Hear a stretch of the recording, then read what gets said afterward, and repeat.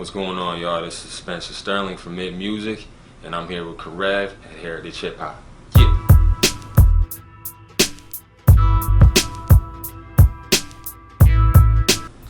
Peace, everybody, and welcome back to Heritage Hip Hop. And one thing about Heritage Hip Hop, we are not people who put borders on hip hop. Amen. We want to expose everyone that does hip hop all over the world. And see my man right here? This is a special interview for me. This is my man from Grand Rapids, Michigan. But I don't know him for geography. I know him for something else. That's correct. Introduce yourself to the people. What's going on, y'all? My name is Spencer Sterling. I'm originally from Grand Rapids, Michigan. And I'm representing Mitt Music. That's M-I-T-T, Mitt Music over everything. We're all about alternative hip hop, but ultimately we're just about quality music, telling a good story, and just real life shit, you know?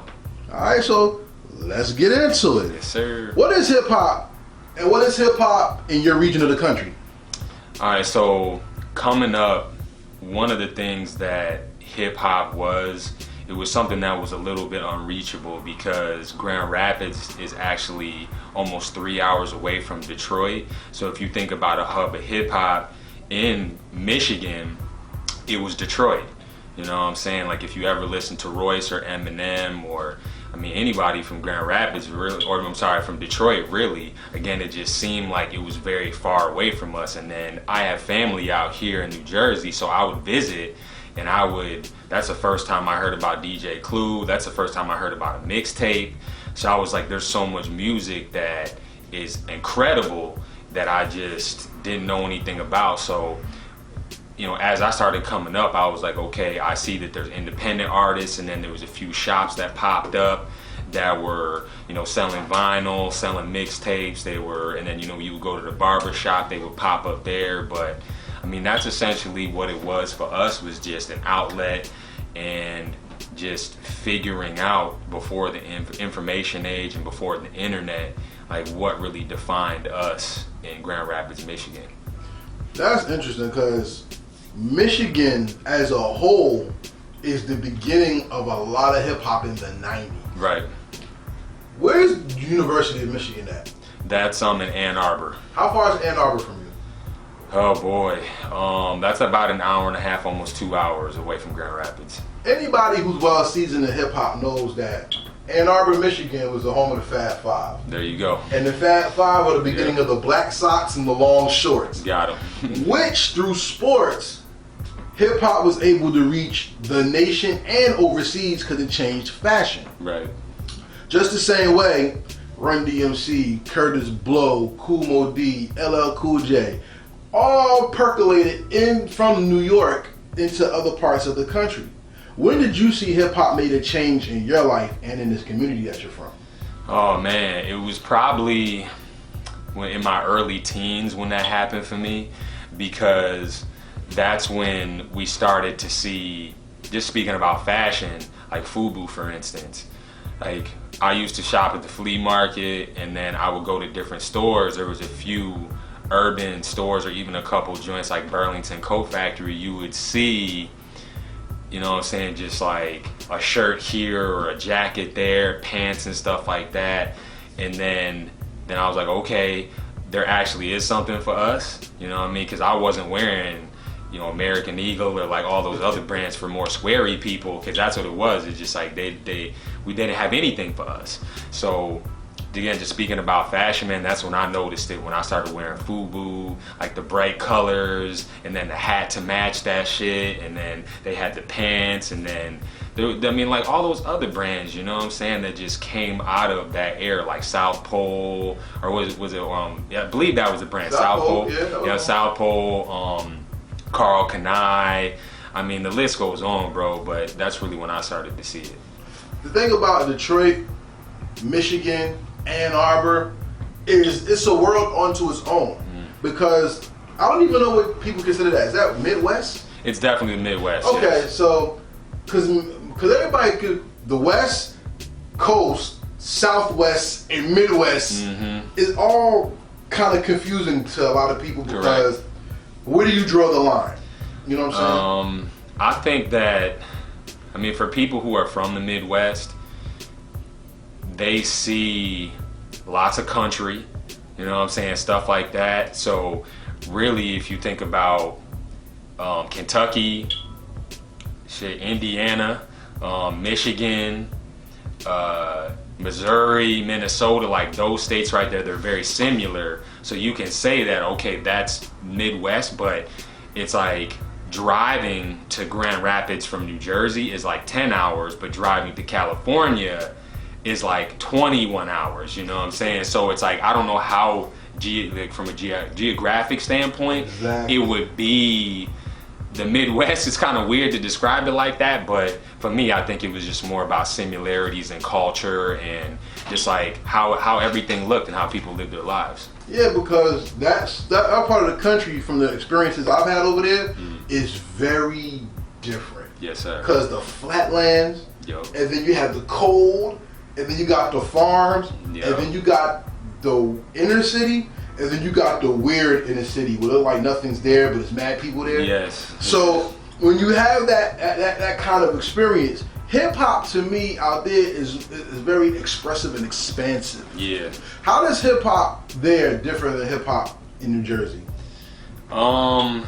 Well, coming up out there, I saw that it was more about a pastime actually, because when you think about a lot of like the narrative for people in New York, for instance, it was a necessity for hip hop. Like it was either sell drugs, you know, play basketball, or rap or sing, right?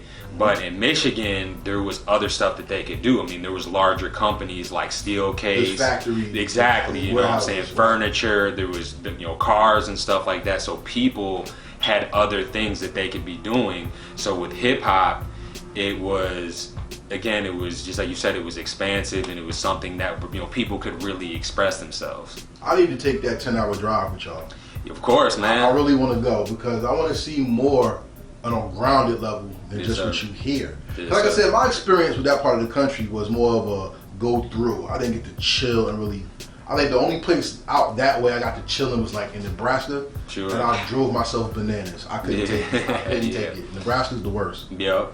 But coming back to Detroit, Ann Arbor, Grand Rapids, and Michigan, their similarities or not is in rivalry.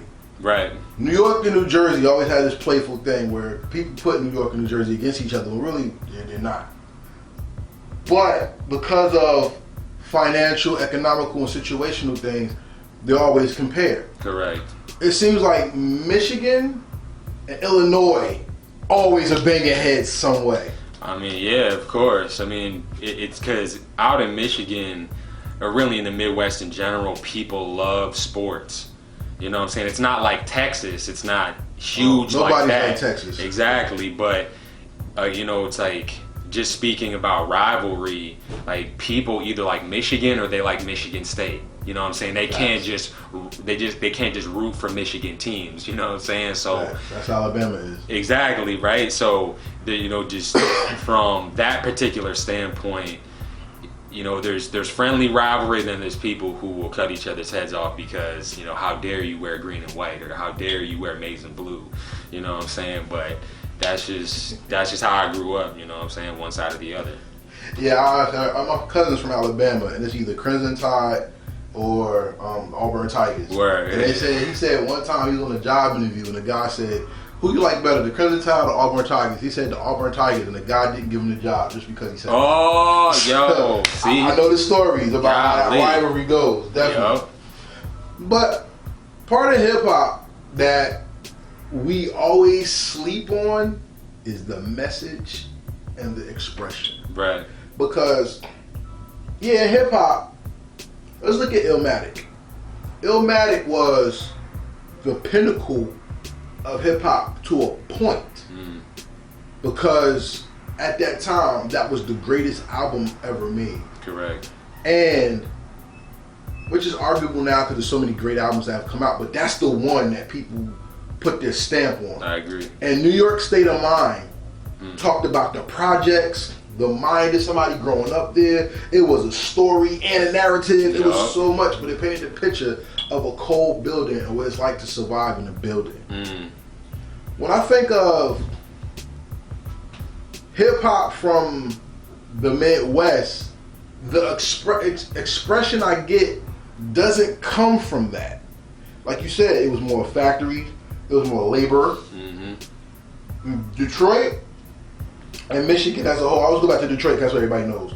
But Detroit and Chicago were known for the great migrations from the South. Correct. Into the promise of a new life. Correct. So when hip hop was coming out of those territories, it wasn't about the projects more so. It was about the laid back life and how to overcome pressure. Yes. What kind of pressure was it that you would say people express mostly in that music, in that genre, from that territory? To just have an identity, you know what I'm saying? Because just like you said, you were talking about Illmatic again. There was a certain narrative that he had, and that was throughout Illmatic. A lot of that came out of that, where again people really related to that, coming up in the projects, coming up like they never had a father, they never had a mother or whatever. But in Michigan, again, it's just like it was kind of trapped in the middle of a lot of stuff. So people really, it was just hard for them to be like, okay, do I want to be like a New York artist? Do I want to be more like a West Coast artist? You know, do gangster rap? Or do I want to be like a down south artist? You know what I'm saying? So that's really what it is, just finding their identity in hip hop.